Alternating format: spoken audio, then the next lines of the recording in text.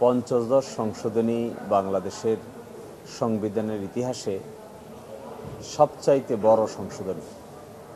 এই সংশোধনীর মাধ্যমে সংবিধানে অনেক কাটাছেঁড়া করা হয়েছে। এমনকি কেউ কেউ বলেছেন যে এর মাধ্যমে সংবিধান রিরাইটিং করা হয়েছে, পুনর্লিখন করা হয়েছে। পঞ্চদশ সংশোধনী এসেছে পঞ্চম সংশোধনীর মামলার রায়ের প্রেক্ষিতে, অর্থাৎ পঞ্চম সংশোধনীর মামলার রায় হয়ে যাওয়ার পরে সংবিধানের অনেক কিছুই উলটপালট হয়ে গিয়েছিল। সেই উলটপালট হওয়ার প্রেক্ষিতে পঞ্চদশ সংশোধনী এসে কিছু জিনিসকে রাখা হয়েছে, কিছু জিনিস নতুন করে উত্থাপন করা হয়েছে, আর কিছু জিনিসকে পুনর্বহাল করা হয়েছে। এই মামলাটি হাইকোর্ট ডিভিশনে যখন রায় হয়েছে তখন 4টি বিষয় ছাড়া বাকি বিষয়গুলোকে সংসদের উপর ছেড়ে দেওয়া হয়েছে।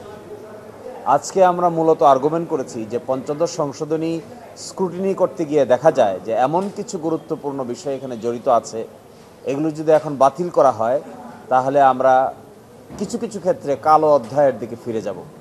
তন্মধ্যে একটা হলো পঞ্চদশ সংশোধনী পুরোটা বাতিল করলে আবার বাকশাল পুনরুজ্জীবিত হয়। হাইকোর্ট ডিভিশনের যে পাওয়ার আছে, রিট পাওয়ার, এটি খর্ব হয়ে যায়। সুপ্রিম জুডিশিয়াল কাউন্সিলের যে বিধান আছে এটিও বাতিল হয়ে যায়।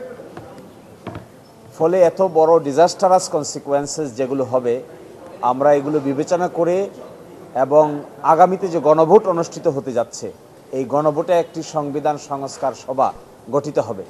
এই সংবিধান সংস্কার সভাই আগামী পার্লামেন্টে দায়িত্ব পালন করবেন। এই প্রেক্ষাপটে আমরা বলেছি পঞ্চদশ সংশোধনীর মামলা শুনানি আপিল বিভাগে আপাত অর্থে স্থগিত রাখা যেতে পারে এবং স্থগিত রেখে গণভোট অনুষ্ঠিত হচ্ছে। জুলাই চার্টার হয়েছে, এর প্রেক্ষিতে আগামীর সংসদে সংবিধান সংস্কার সভায় সংবিধানে বড় ধরনের পরিবর্তনের ইঙ্গিত দেখা যাচ্ছে এবং তা মূলত নির্ভর করবে গণভোটের হা এবং নায়ের রেজাল্টের উপরে।